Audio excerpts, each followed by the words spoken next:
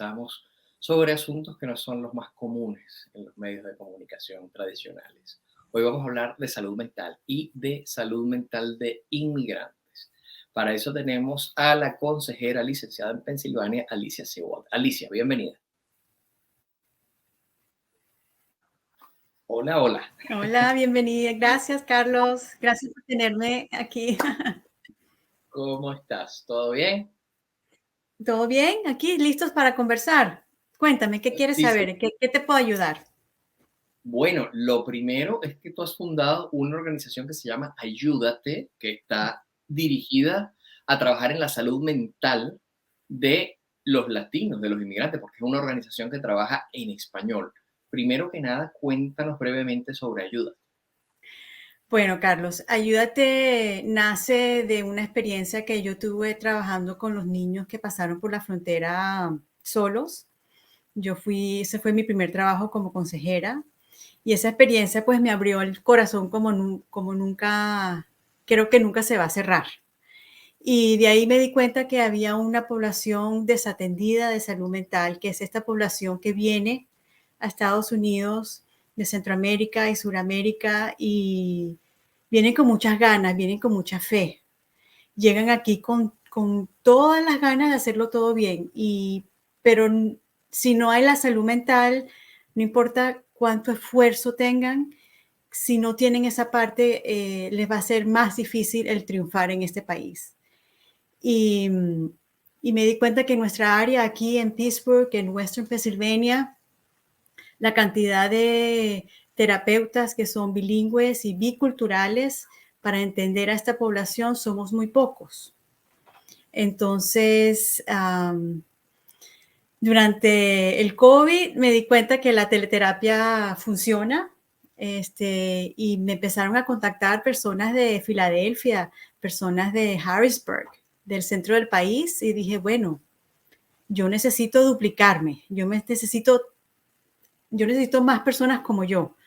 Entonces empezamos a trabajar en Ayúdate y hoy por hoy todavía no estamos arrancando, estamos buscando los fondos para hacer un programa piloto y abrir las puertas al público. Pero la idea es que el inmigrante que de habla hispana pueda encontrar una persona que le ayude a su salud mental a un bajo costo y especialmente si no tiene seguro médico o seguro para salud mental. Alicia, me comentabas que hay distintos tipos de migrantes según sus Mm. circunstancias. Desde tu experiencia profesional, ¿cuáles son esos tipos de migrantes? Bueno, te comentaba que la gente siempre dice, oh, the immigrants, ¿no? Los inmigrantes, y los ponen a todos como si fueran de un solo tipo. Y hay varios tipos de migrantes, ¿verdad? Hay el inmigrante que viene porque voluntariamente, o sea, tiene una planificación, viene con un permiso de trabajo, viene porque ya tiene familia aquí y ya sabe inglés, o viene a estudiar y viene por avión con su pasaporte, todo con una cuestión, con un estatus legal ya aprobado. Y luego tenemos al otro tipo de migrante que viene porque tiene que venir, no porque quiere. Tiene que venir porque está escapando de una pobreza extrema, de una violencia extrema, a padres con niños que ven que no hay futuro en sus países. Y este es otro tipo de migrante. Y si llegan sin un estatus legal, pues entonces puede ser que estén refugiados. Y los refugiados son aquellos que realmente no pueden devolverse a su país, porque si se devuelven, están en peligro.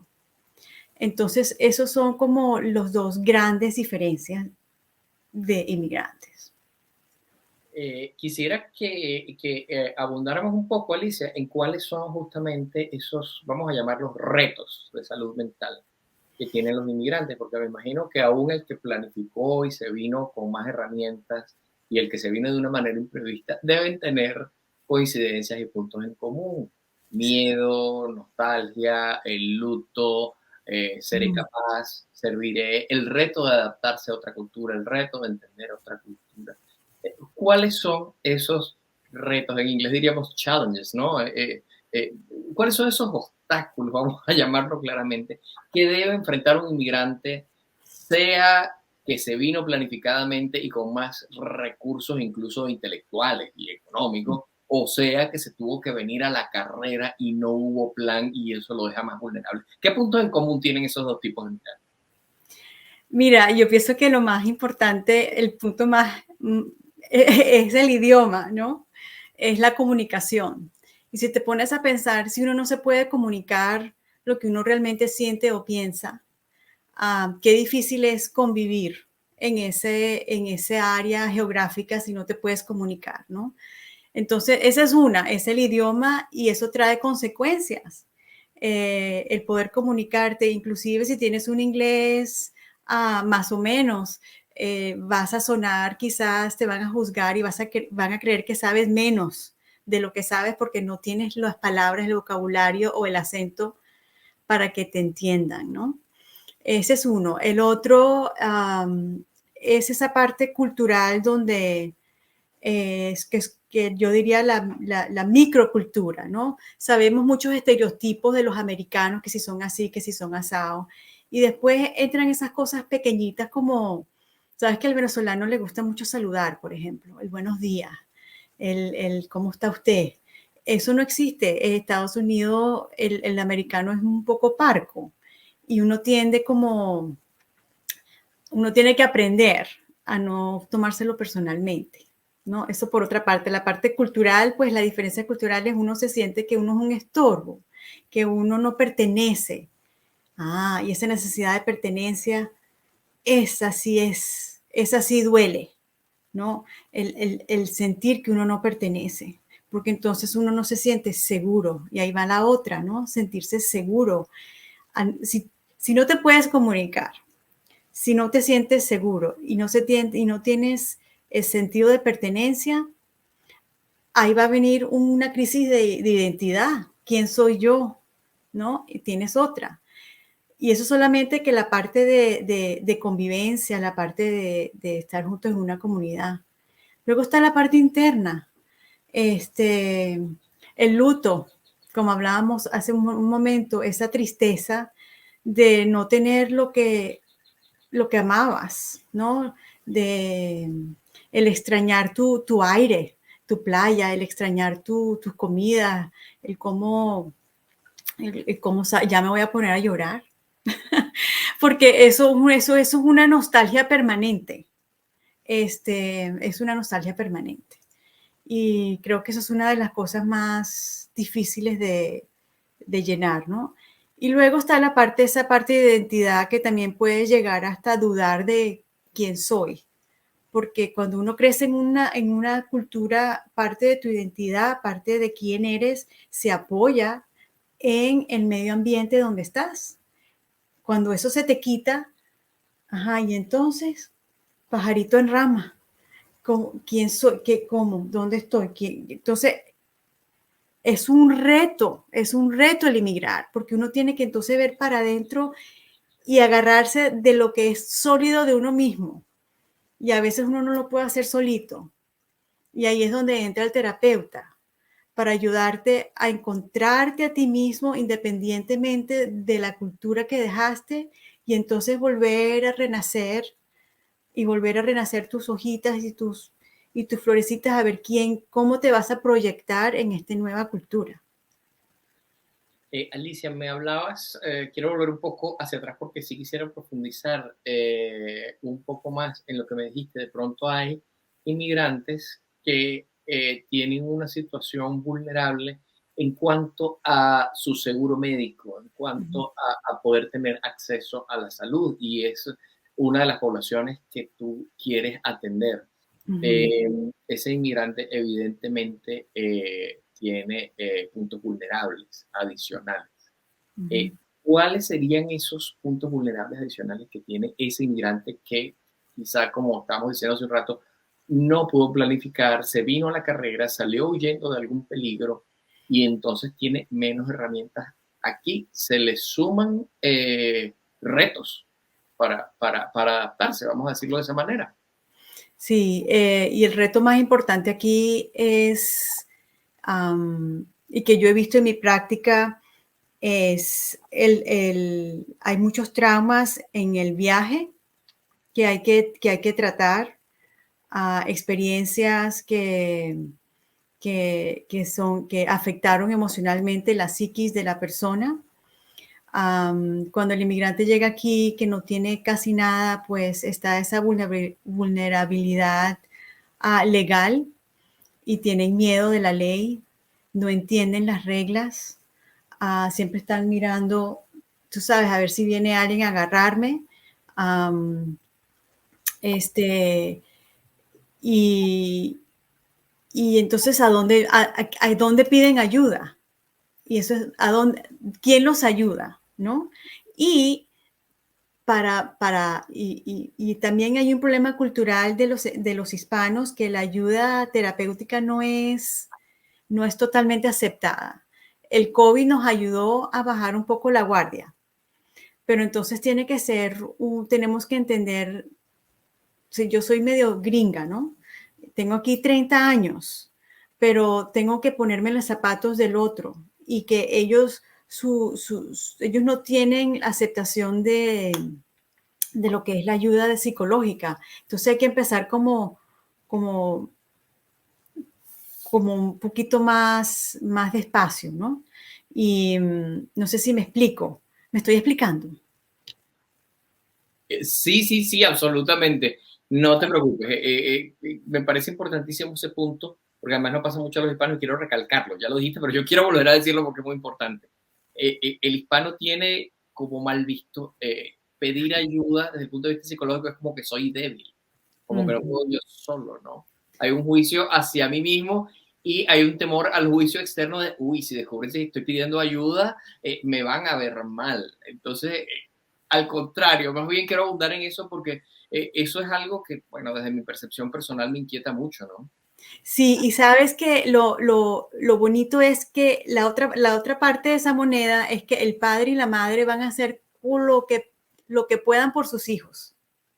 Sin Y duda. generalmente en los sistemas familiares, el que aparece con el síntoma es el hijo. Mm, Empieza a estar, no duerme bien, empieza a hacer bullying o le hacen bullying o empieza a ser muy oposicional hacia el padre. Ay, necesito ayuda, yo no sé qué hacer. Y vamos al terapeuta para que ayuden a mi hijo. Y resulta que es un problema de comunicación entre el padre y el hijo, o la madre y el hijo. Y entonces es más, ellos están más abiertos a una ayuda terapéutica cuando es familiar ok, qué bueno y se saber. dan cuenta cómo el terapeuta le habla al hijo y se dan cuenta, la terapeuta se debe dar cuenta que tiene que ver con los padres, porque casi siempre son los padres, más que los niños, los que tienen el problema psicológico o emocional. Y entonces se va resolviendo ahí poco a poco. Y la Mm, parte, lo que quería también recalcar es la parte del seguro, sí, ¿verdad? El seguro médico es muy importante porque el inmigrante también es muy trabajador, Carlos, ajá. muy trabajador. Y cuando trabaja, gana su dinerito. No crea que somos pobres todos, no señor. Ellos ganan su dinero y entonces, pero no tienen cómo pagar un seguro médico porque no le dejan pagar, porque no tiene el número de Social Security. Bueno, y entonces, pero tampoco es que tienes tanto dinero como pagar $150 la hora, pero sí pueden pagar 30. Mm, Entonces, aquí es donde ayúdate, encuentra el terapeuta dispuesto a tomar uno o dos clientes y que la persona se encargue de su tratamiento y diga, bueno, yo me voy a ayudar y yo le voy a pagar a este señor y yo me voy a sentir bien porque yo me estoy cuidando y yo voy a cuidar a mi familia y voy a cuidar a mi hijo, a mi hija y lo voy a pagar yo y me va a hacer bien. Y eso hace que se sientan bien y que la salud mental no es un charity. ¿Cómo se dice charity? como caridad. No es una caridad. Es algo que es como ir al médico porque tienes diabetes.